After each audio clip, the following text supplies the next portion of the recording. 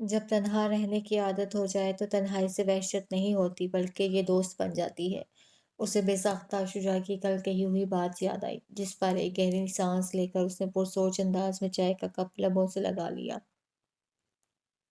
چند روز یوں ہی پرسکون گزر گئے اور ان میں کوئی قابل ذکر بات نہیں ہوئی، مگر تب شجاع کی حیرت کی انتہا نہیں رہی جب آفتاب نے اسے خود فون کر کے کہا کہ وہ اس کے گھر آنا چاہتا ہے، جس پر اس نے اپنی حیرانی چھپاتے ہوئے فوراً اسے خوشامدید کہا اور یوں ان کا دوپہر میں لنچ اکٹھا کرنے کا پلان ترتیب پایا۔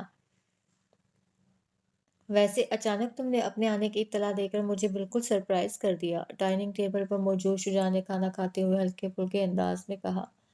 بس اس دن تمہارے ساتھ چائے ادھوری رہ گئی تھی تو سوچا آج لنچ ہی کر لوں، اس نے بھی رغبت سے کھانا کھاتے ہوئے وضاحت کی۔ اور سچ کہوں تو یہ لنچ تو بس ایک بہانہ تھا یہاں آنے کا، بس میرا اصل مقصد تو کچھ اور ہے، وہ سنجیدگی سے مزید بولا۔ وہ کیا ہے؟ اس نے یکدم ہاتھ روک کر تعجب سے اس کی جانب دیکھا۔ ایک تنہائی کے عادی کے ساتھ تھوڑی دیر اپنی تنہائی بانٹنا، اس نے اگلے ہی پل مسکراتے ہوئے وضاحت کی، جس پر اس کی رکی ہوئی سانس بحال ہوئی۔ اوہ، ڈرا دیا تھا تم نے تو، اس نے سکھ کی سانس لی۔ ویسے کھانا کافی اچھا بنایا ہے، اس نے موضوع بدلتے ہوئے تعریف کی۔ یہ میں نے نہیں بنایا، باہر سے آرڈر کیا ہے، اس نے کندھے اچکاتے ہوئے صاف کوئی کا مظاہرہ کیا۔ میں بھی اسی شیف کی تعریف کر رہا ہوں جس نے یہ کھانا بنایا ہے، کیونکہ اس روز تمہارے ہاتھ کی چائے پی کر مجھے اندازہ ہو گیا ہے کہ اتنا اچھا کھانا تم نہیں بنا سکتے۔ اس نے بھی شرارت سے صاف کوئی دکھائی۔ اچھا، ڈائریکٹ بے عزتی، اس نے مصنوعی شکوہ کرتے ہوئے آنکھیں سکیڑیں۔ مذاق کر رہا ہوں، اس نے کہتے ہوئے نیپکن سے منہ صاف کیا، مطلب وہ کھانا کھا چکا تھا۔ شجاع بھی کھانے سے فارغ ہو گیا تھا، اسی لیے اب وہ کھڑے ہو کر ٹیبل پر سے برتن سمیٹنے لگا۔ مجھے تم سے کچھ کام ہے شجاع، اس نے کرسی کی پشت سے ٹیک لگاتے ہوئے اچانک کہا۔ وہ کیا؟ اسے تعجب ہوا۔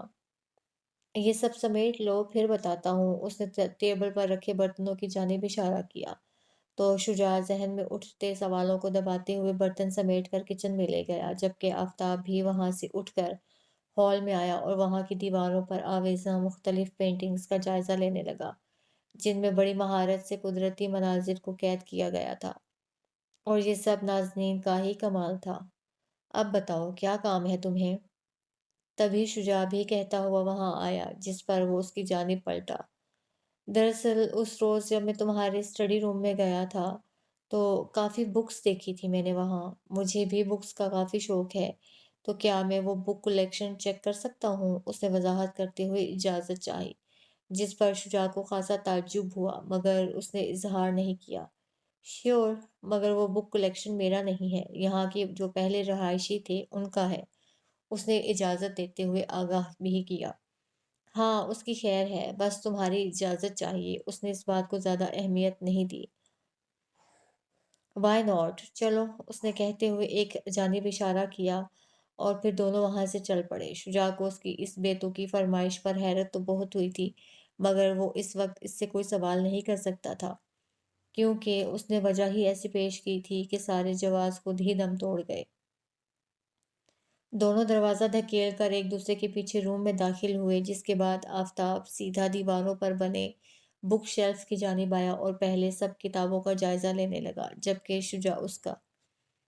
پھر اس نے ایک ایک کر کے کچھ کتابیں دیکھنا شروع کیں، جنہیں وہ تھوڑا الٹ پلٹ کرنے کے بعد واپس رکھ دیتا اور دوسری کتاب اٹھاتا۔ شجاع کی سمجھ سے اس کی حرکات باہر تھیں، جس کے باعث وہ بول ہی پڑا۔ کیا ڈھونڈ رہے ہو؟ مجھے بتا دو، شاید میں کچھ مدد کر دوں۔ اس نے دونوں بازو سینے پر باندھتے ہوئے کتابوں کو دیکھتے آفتاب کو پیشکش کی۔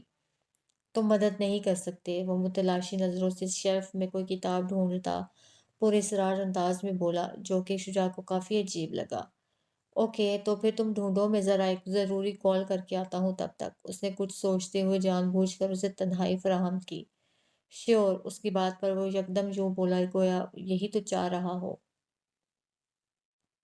شجاع نے ایک گہری نظر اس پر ڈالی اور پھر کمرے سے باہر آ گیا، جبکہ اس کے کمرے سے جانے کے تھوڑی دیر بعد آفتاب نے اپنے ہاتھ میں پکڑی کتاب واپس شیلف پر رکھی اور دروازے کی جانب آ کر دروازہ کھول کے ذرا آگے آ کر شجاع کو دیکھا، جو بایاں ہاتھ پینٹ کی جیب میں ڈالے دائیں ہاتھ سے موبائل کان پر لگائے ہال میں ٹہلتے ہوئے کسی سے محو گفتگو تھا۔ اس کی جانب سے مطمئن ہونے کے بعد وہ واپس بک شیلف کی جانب آیا اور تیزی سے یہاں وہاں کچھ ڈھونڈنے لگا۔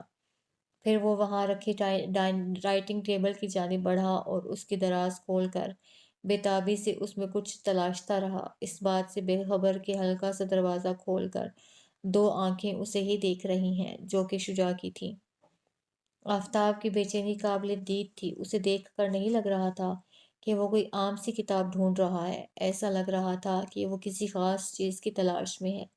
مگر وہ کیا تھا؟ دروازہ بند کرنے کے بعد وہ دوبارہ شیلف کے پاس آیا اور اس بار کتابیں ہٹا کر اس کے پیچھے کچھ ڈھونڈنے لگا، جس کا نتیجہ ہنوز صفر نکلا۔ کیا ہوا؟ مل گئی تمہیں تمہاری مطلوبہ کتاب؟ تبھی شجاع انجان بنتا ہوا اچانک کمرے میں داخل ہوا، جس پر وہ تھوڑا سٹ پٹا گیا۔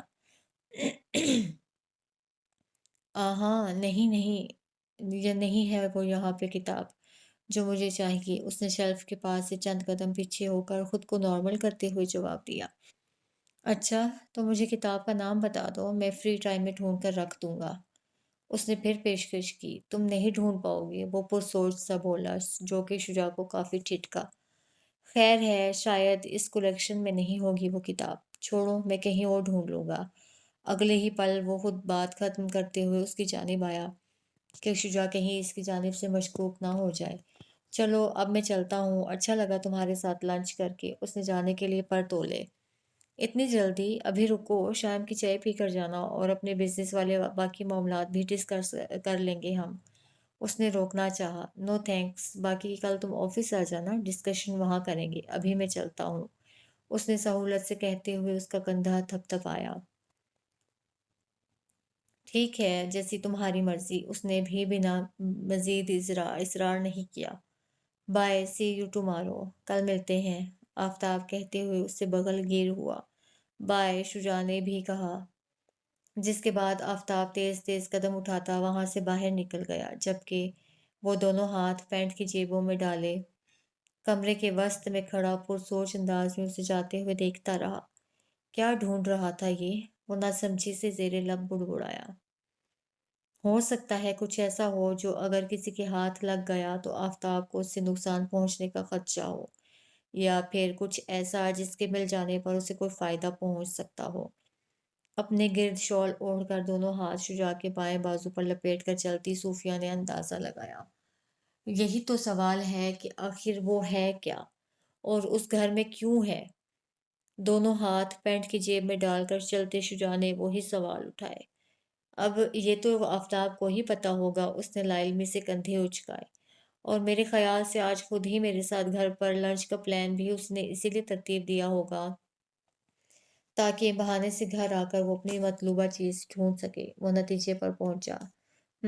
ممکن ہے، اس نے تائید کی۔ اچھا، تم نے رومان جعفری کو بتایا آفتاب کی ان مشکوک حرکات کے بارے میں؟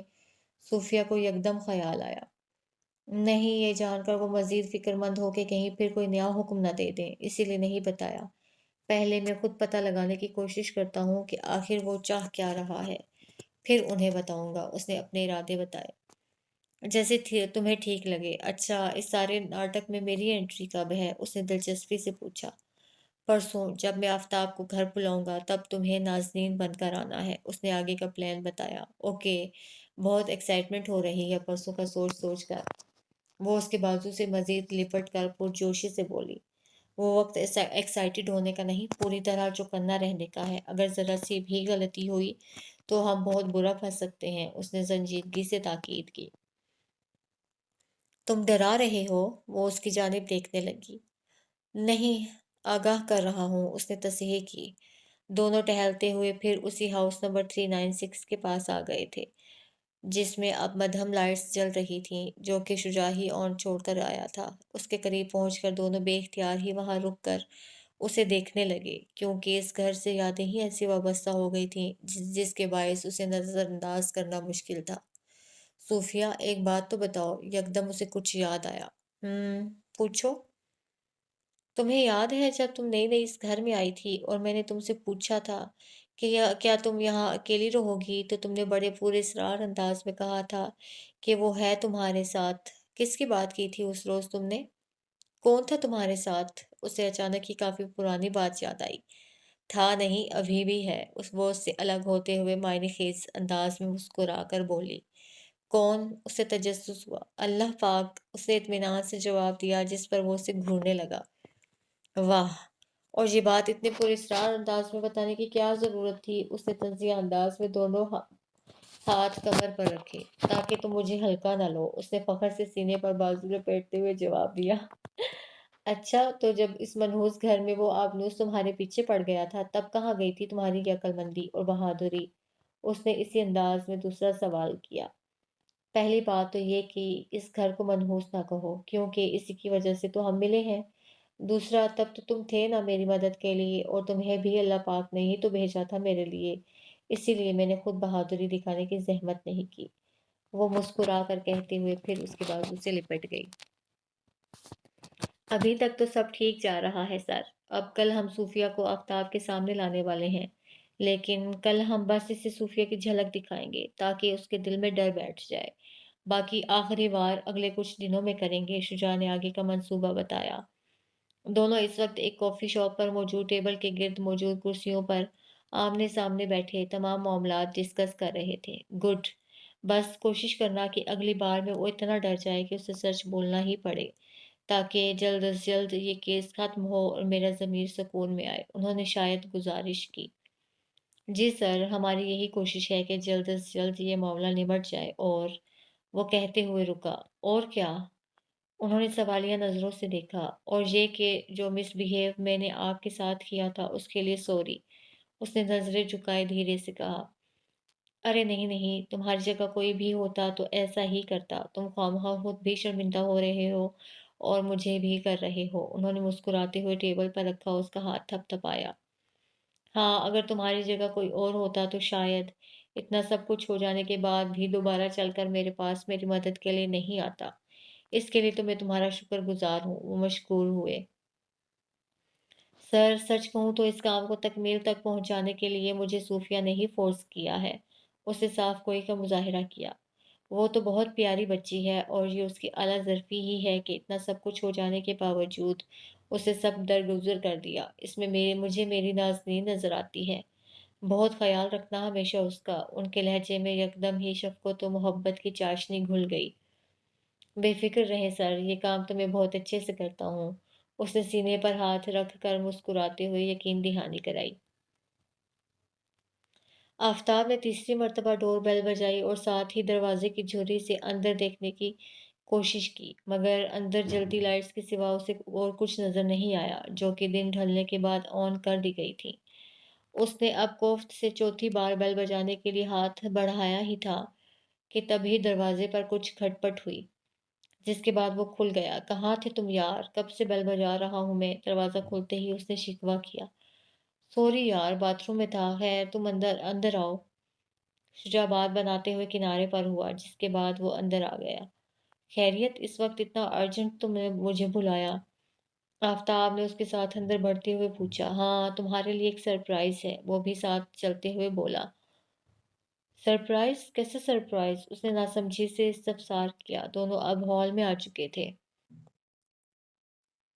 مجھے آج اسٹڈی روم سے شیلف کے علاوہ بھی کہیں سے کچھ بکس ملی ہیں، اور پاسبل ہے کہ جو بک تم اس دن ڈھونڈ رہے تھے وہ بھی اسی میں ہو۔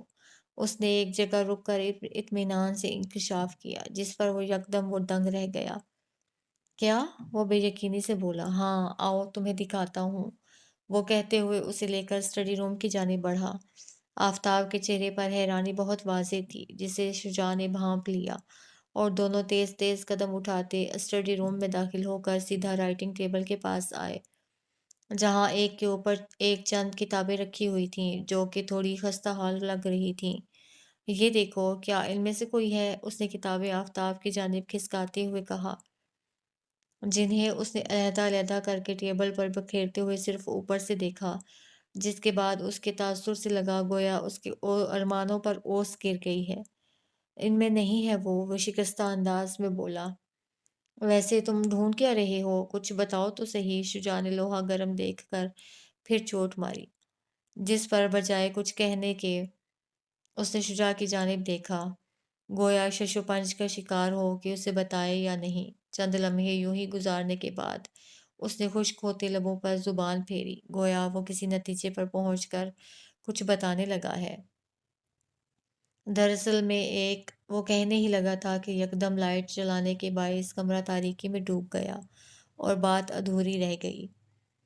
شجاع کو پتہ تھا کہ منصوبے کے تحت یہ لائٹ کامی نہیں بند کی ہوگی، مگر اس وقت بے ساختہ اسے کامی کی ٹائمنگ پر غصہ آیا۔ اگر ابھی لائٹ نہ جاتی تو شاید آفتاب کچھ نہ کچھ تو بتا ہی دیتا، لیکن اب تو ایسا ہو چکا تھا۔ تم یہی رکو، میں چیک کرتا ہوں کہ کیا ہوا ہے، وہ کہتا ہوا اندھیرے میں راستہ ٹٹولتے ہوئے کمرے سے باہر نکلا، جبکہ اب اس اندھیرے کمرے میں آفتاب اکیلا رہ گیا، جس میں بنی بڑی سی کھڑکی سے اندر آتی چاند کی روشنی اس کے عین سامنے رکھے سیاہ چمکتے ہوئے پیانو پر پڑتی کافی پراسرار لگ رہی تھی۔ وہ دونوں ہاتھ ٹیبل پر ٹکائے پشت پیانو کی جانب کیے متفکر سا کھڑا تھا کہ یکدم کمرے میں ٹنگ کی آواز، بھاری آواز گونجی، مطلب کسی نے پیانو کی دبائی تھی۔ وہ سرعت سے پلٹا تو چاند کی روشنی میں یہ دیکھ کر حیران رہ گیا کہ پیانو کے نزدیک رکھے اسٹول پر مکمل سفید لباس میں ملبوس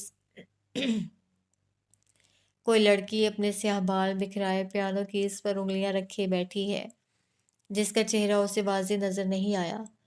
کون؟ اس نے گھبرا کر پوچھا، مگر اس نے کوئی جواب نہیں دیا۔ کون ہو تم؟ سوال دہراتے ہوئے اس کی گھبراہٹ مزید بڑھ گئی۔ اب کی بار بھی اس نے کوئی جواب نہیں دیا، بلکہ وہ خاموشی کے ساتھ اسٹول سے اٹھ کر اس کی جانب گھومی تو کھڑکی سے اندر آتی چاندنی میں اسے اس کا آدھا چہرہ نظر آیا، باقی آدھا تاریکی میں گم تھا، لیکن وہ پہچان گیا تھا کہ یہ کون ہے۔ نازنین، وہ بے یقینی سے محض اتنا ہی بولا، اور تبھی یکدم آفتاب کے عقب میں بنے شیلف پر دھماکہ ہوا، جس کے باعث وہ سٹپٹا کر فوراً پیچھے پلٹا، مگر اندھیرے میں اسے وہاں کچھ نظر نہیں آیا۔ جس کے بعد وہ واپس اس جانب گھوما تو یہ دیکھ کر حیران رہ گیا کہ اب وہ وہاں موجود نہیں تھی، اور اگلے ہی پل لائٹ بھی آ گئی، جس سے دوبارہ پورا کمرہ روشن ہو گیا۔ وہ حیرت زدہ سا کھڑا سوچ رہا تھا کہ ابھی ابھی اس کے ساتھ ہوا کیا تھا۔ کیا اس نے واقعی نازنین کو دیکھا تھا یا یہ محض اس کا وہم تھا؟ تبھی اس کے کندھے پر کسی نے ہاتھ رکھا، جس سے وہ یکدم اچھل پڑا۔ ریلیکس، میں ہوں۔ کیا ہوا تمہیں؟ اتنے حواس باختہ کیوں لگ رہے ہو؟ شجاع نے آرام سے کہا، جبکہ وہ اس قدر ان سوچوں میں غلطاں تھا کہ اسے اس کی آمد کا بھی علم نہیں ہوا۔ آفتاب، تم ٹھیک تو ہو؟ کوئی جواب نہ پا کر اس نے دوبارہ استفسار کیا، جس پر بجائے کچھ کہنے کے وہ اس کی جانب دیکھنے لگا۔ تم ٹھیک کہہ رہے تھے شجاع، شاید وہ یہیں کہیں ہے، وہ پراسرار انداز میں آس پاس دیکھتے ہوئے دھیرے سے بولا، جبکہ شجاع کو اپنا منصوبہ کامیاب ہوتا نظر آیا۔ اگلے دن کا سورج نمودار ہو چکا تھا، اور حسب معمول رومان جعفری اس وقت اپنے خوبصورت بیڈ روم میں موجود ڈریسنگ ٹیبل کے سامنے کھڑے آفس جانے کے لیے تیار ہو رہے تھے۔ تبھی ڈریسنگ ٹیبل پر رکھے ان کے قیمتی موبائل پر کال موصول ہونے لگی، جنہیں انہوں نے ریسیو کر کے کان سے لگایا۔ السلام علیکم سر، دوسری جانب سے شجاع نے کال ریسیو ہوتے ہی سلام کیا۔ وعلیکم السلام، خیریت؟ اتنی صبح صبح کیسے یاد کر لیا؟ انہوں نے کچھ جواب دیتے ہوئے پوچھا۔ سر، آپ کے لیے دو خبریں ہیں، ایک اچھی اور ایک بری۔ پہلے کون سی سنیں گے؟ اس نے غیر متوقع بات کر کے سنسنی پھیلائی۔ اوہ، پہلے اچھی خبر سنا دو، انہوں نے تجسس سے کہا۔ اچھی بات یہ ہے کہ ہم آفتاب کو ڈرانے میں بہت حد تک کامیاب ہو گئے ہیں، اور اسے یقین آ گیا ہے کہ نازنین کی روح واقعی واپس آ گئی ہے، اس نے خوشخبری سنائی۔ Very good.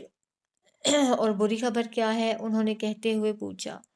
وہ یہ کہ آفتاب آج کسی کام کے سلسلے میں 1 سے 2 ہفتوں کے لیے دبئی جا رہا ہے، جس کی وجہ سے اگلا اور آخری وار کرنے کے لیے ہمیں تھوڑا انتظار کرنا ہوگا، اس نے دوسری بات بتائی۔ اوہ، چلو، جہاں اتنے سال انتظار کیا وہاں کچھ دن اور سہی، انہوں نے گویا بنا لڑے ہی ہتھیار ڈالے۔ جی سر، اور اب بس یہ کچھ دنوں کا انتظار اور ہے، اس کے بعد یہ قصہ بھی ختم ہونے والا ہے، اس نے یقین دہانی کرائی۔ بڑی مشکل سے انتظار کرتے ہوئے یہ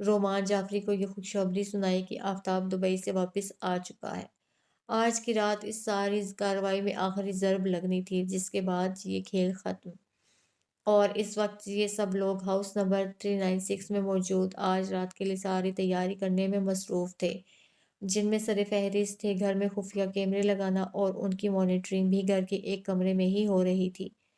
اس کام کے لیے رومان جعفری نے کچھ پروفیشنل لوگوں کو بلایا تھا جو کامے کی نگرانی میں کام کر رہے تھے، جبکہ شجاع و صوفیہ رومان جعفری کے ہمراہ ہال کے وسط میں کھڑے تھے۔ بس آج رات اسے اتنی بری طرح ڈرانا ہے کہ وہ سب سچ بولتے، رومان جعفری نے تاکید کی۔ بے فکر رہیں سر، آج کی رات وہ ساری زندگی نہیں بھولے گا، اور آج ہر حال میں اسے اپنا گناہ قبول کرنا پڑے گا، شجاع نے یقین دہانی کرائی۔ بس یوں سمجھ لیں سر کہ آج آپ کو آپ کے طویل انتظار کا پھل ملنے والا ہے، صوفیہ نے مسکراتے ہوئے ٹکڑا لگایا، اور ایسا صرف آپ لوگوں کے تعاون کی وجہ سے ممکن ہوا ہے، انہوں نے کہتے ہوئے شفقت سے اس کے سر پر ہاتھ رکھا۔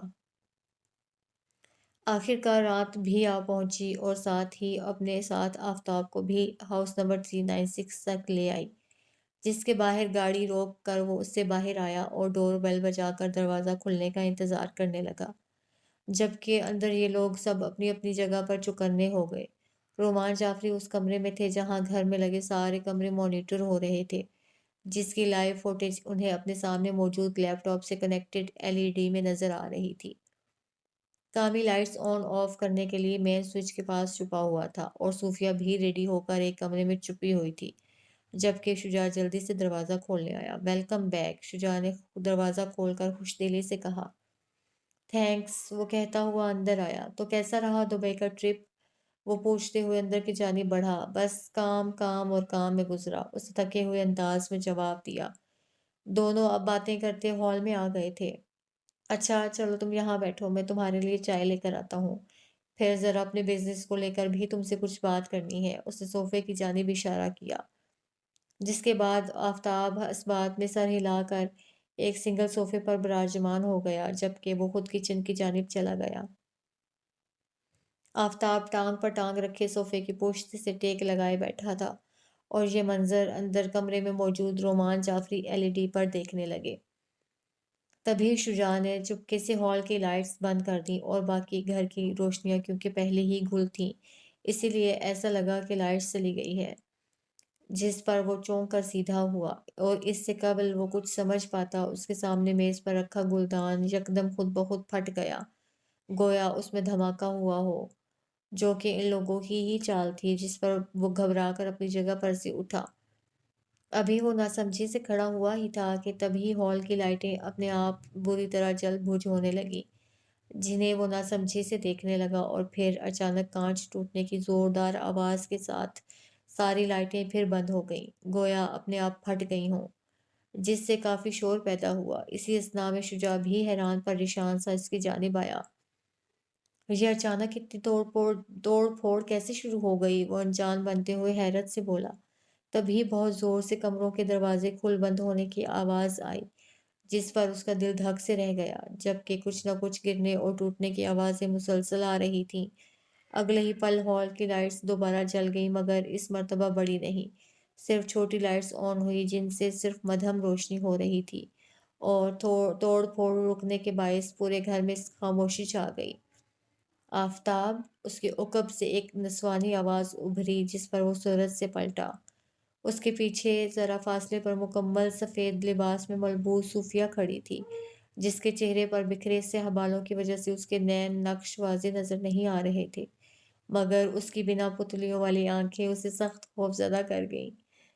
نازنین، وہ ہکلایا۔ کیا ہوا آفتاب، اتنا ڈر کیوں رہے ہو؟ شجاع انجان بنا۔ شجاع، وہ دیکھو نازنین، اس نے شہادت کی انگلی سے اپنے سامنے کھڑی صوفیہ کی جانب اشارہ کیا۔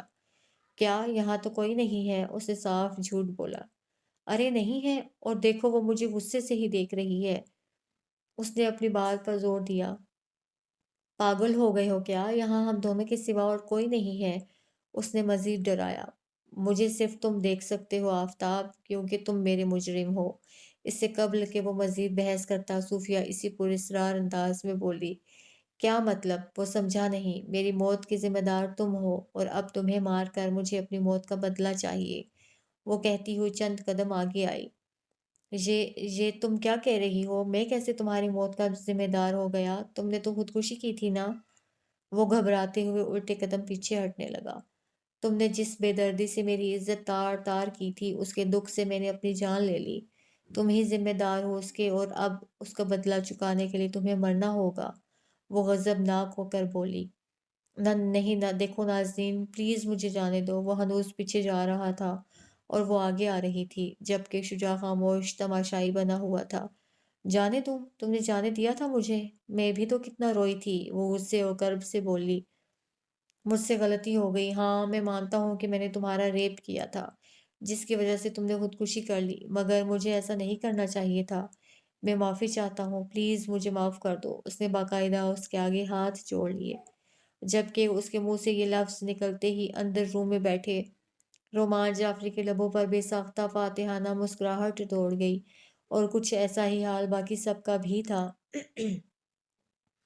اب تمہیں معافی نہیں، صرف سزا ملے گی۔ وہ نفی میں سر ہلاتے ہوئے بالکل اس کے قریب آ چکی تھی۔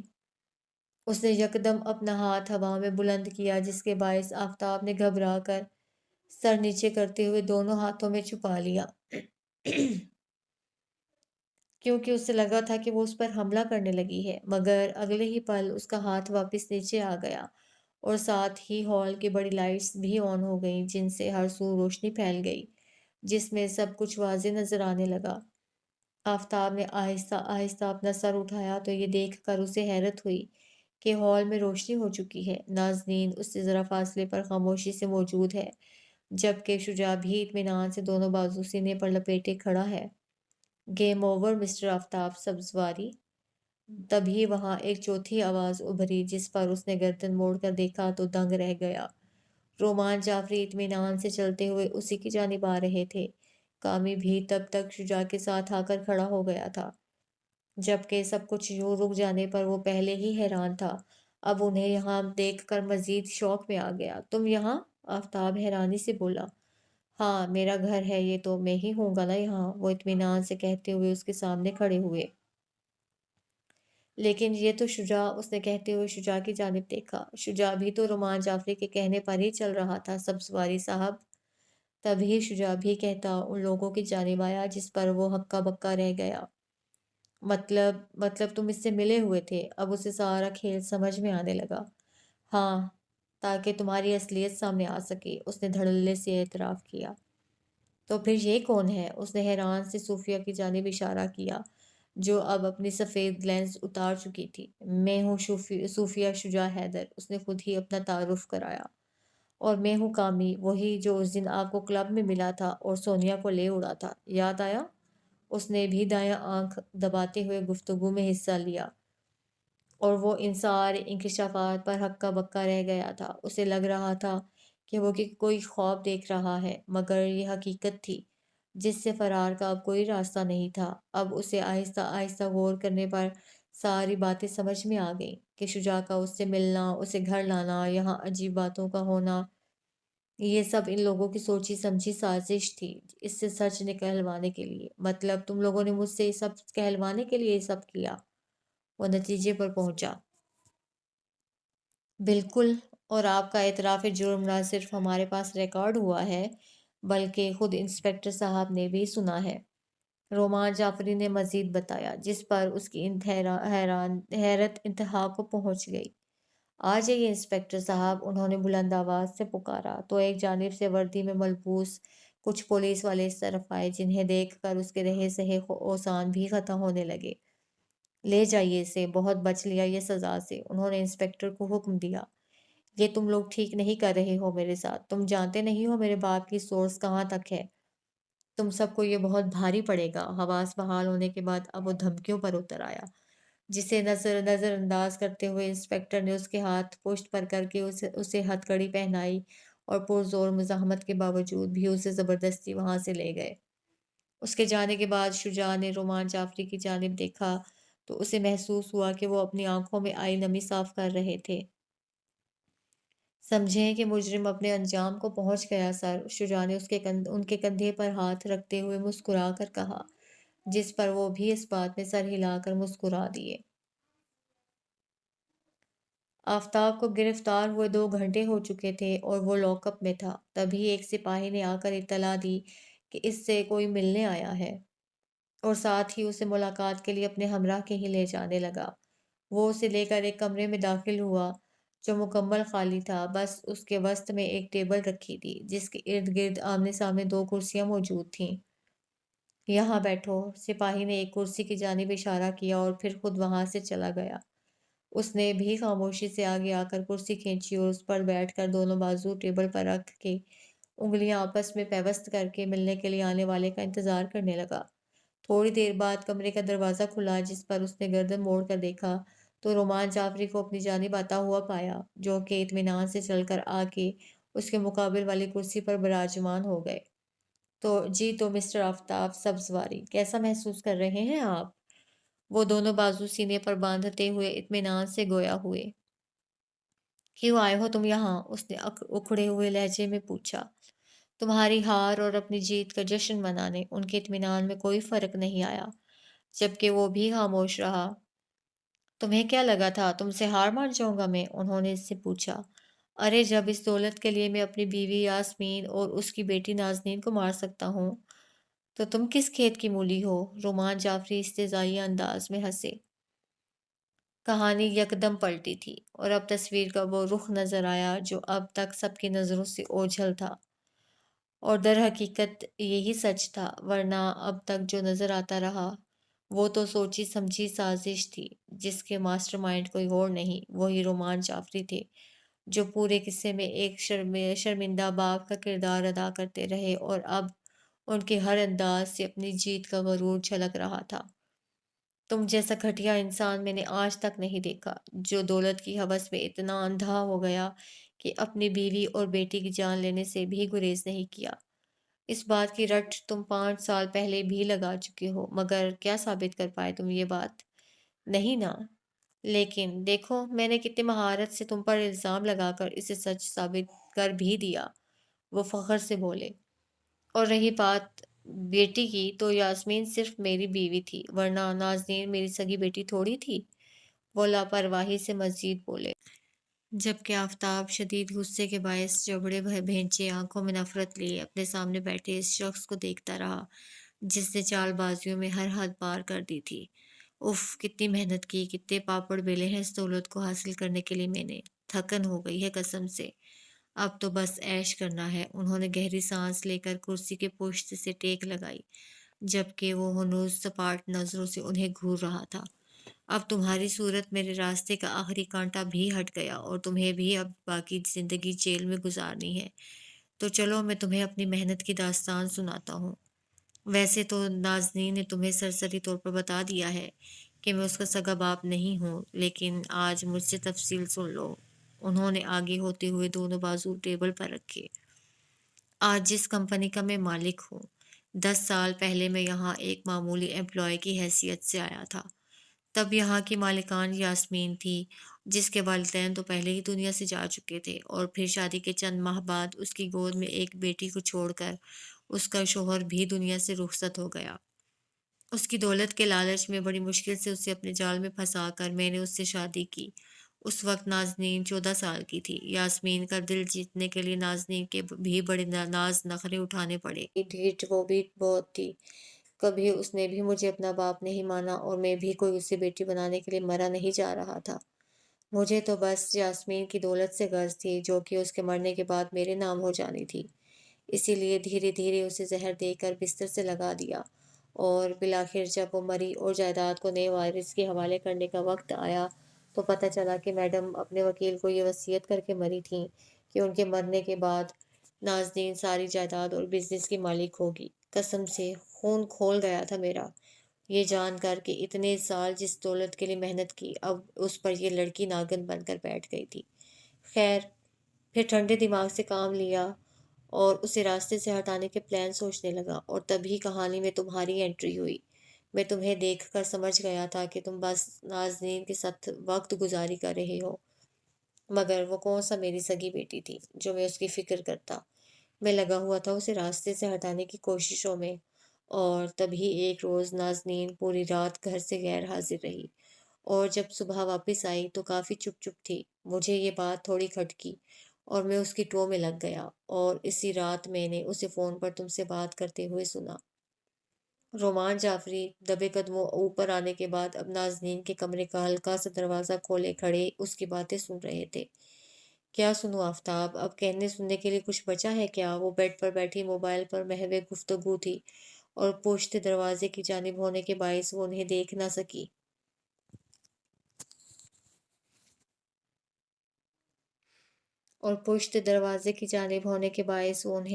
سکی۔ غلطی ہو گئی، تمہیں پتہ بھی ہے کہ تم جسے غلطی کہہ رہے ہو وہ گناہ ہے، وہ دکھ و حیرانی سے بولی۔ تمہارے شرمندہ ہونے سے میری وہ عزت واپس نہیں آ جائے گی جو کل رات تم نے نشے میں تار تار کر دی ہے۔ وہ غم و غصے سے رونے لگی۔ اس کی بات سن کر انہیں اندازہ ہو گیا کہ کل رات وہ آفتاب کے ساتھ تھی، اور صبح گمسم گھر لوٹنے کی پیچھے بھی یہی وجہ تھی، جس پر انہیں تھوڑی حیرانی ہوئی۔ مجھے کوئی ایکسکیوز نہیں چاہیے، اب تم کل کے کل ہی مجھ سے نکاح کرو، ورنہ میں خود کو آگ لگا کر خودکشی کر لوں گی۔ اس نے ہاتھ کی پشت سے آنسو صاف کرتے ہوئے دو ٹوک بات کی، جبکہ اس کی خودکشی والی بات پر رومان جعفری کے ذہن میں اسی وقت ایک شیطانی خیال کی آمد ہوئی، جس سے ان کی آنکھیں چمک اٹھیں۔ بس مجھے اور کوئی بات نہیں کرنی، اب یا تو میری ڈولی اٹھے گی یا پھر میت، اس نے کہہ کر غصے میں لائن ڈسکنیکٹ کر دی اور موبائل بیڈ پر پھینک کر دونوں ہاتھوں سے سر تھام لیا، جبکہ رومان جعفری برق رفتاری دکھاتے ہوئے نیچے آئے اور جنریٹر میں ڈالنے والی پیٹرول کی بوتل اٹھا کر دوبارہ اوپر نازنین کے کمرے کی جانب بڑھے، جہاں وہ ہنوز سر دونوں ہاتھوں میں گرائے بیٹھی تھی۔ کمرے میں آ کر انہوں نے بوتل ایک سائڈ پر رکھی اور سب سے پہلے کمرے کی کھلی کھڑکی بند کی، جس کی آہٹ پر نازنین نے سر اٹھا کر دیکھا۔ آپ یہاں کیا کر رہے ہیں؟ وہ حیران ہوتے ہوئے اپنی جگہ پر سے اٹھی۔ تمہیں سارے دکھوں سے نجات دلانے آیا ہوں بیٹا، وہ کہتے ہوئے دوبارہ پیٹرول کی بوتل کی جانب آئے۔ کیا مطلب؟ وہ ٹھٹکی۔ میں نے تمہاری ساری باتیں سن لی ہیں، آفتاب نے تمہارا ریپ کیا ہے نا؟ تو اب تمہاری زندگی تو برباد ہو گئی، وہ بوتل اٹھا کر کہتے ہوئے اس کی جانب آئے۔ یہ ہمارا آپس کا معاملہ ہے، آپ بیچ میں نہ پڑیں اور جائیں یہاں سے، وہ سختی سے بولی۔ نہیں بیٹا، اب تمہاری زندگی برباد ہو گئی ہے، اب تمہیں جینے کا کوئی حق نہیں۔ کون قبول کرے گا اب تمہیں؟ وہ اس کے قریب آ کر بوتل نیچے رکھتے ہوئے عجیب سے انداز میں بولے۔ یہ آپ کیا بولے جا رہے ہیں؟ کوئی زندگی برباد نہیں ہوئی میری، اور آفتاب کرے گا مجھ سے نکاح۔ اس کی سمجھ سے ان کا برتاؤ باہر تھا۔ نہیں بیٹا، تم سمجھ نہیں رہی ہو، ریپ کے بعد ایک لڑکی خودکشی کر لیتی ہے، اور اب تمہیں بھی مرنا پڑے گا، یہ بہت ضروری ہے، انہوں نے پراسرار انداز میں کہتے ہوئے بوتل اٹھا کر اس کا ڈھکن کھولا۔ یہ آپ کیا کر رہے ہیں؟ پاگل ہو گئے ہیں کیا؟ وہ ان کے ارادے بھانپتے ہوئے گھبرائی۔ اور کوئی راستہ نہیں ہے نا میرے پاس بیٹا، اب تم مرو گی تبھی تو ساری جائیداد میرے نام ہوگی، انہوں نے کہتے ہوئے یکدم پیٹرول اس پر انڈیل دیا، جس سے وہ سٹ پٹا گئی۔ یہ کیا کر رہے ہیں آپ؟ چھوڑیں مجھے، کوئی ہے؟ بچاؤ بچاؤ، اس نے مزاحمت کرتے ہوئے کمرے سے بھاگنا چاہا، مگر انہوں نے اسے دبوچ کر اس کی پشت اپنے سینے سے لگاتے ہوئے اس کے منہ پر ہاتھ رکھ لیا۔ مرنا تو تمہیں پڑے گا، اسی لیے چیخنے چلانے کا کوئی فائدہ نہیں۔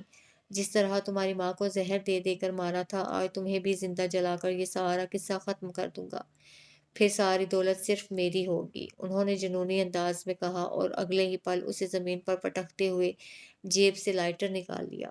کیا؟ مما کو آپ نے مارا تھا؟ وہ زمین پر پڑی حیرت سے بولی۔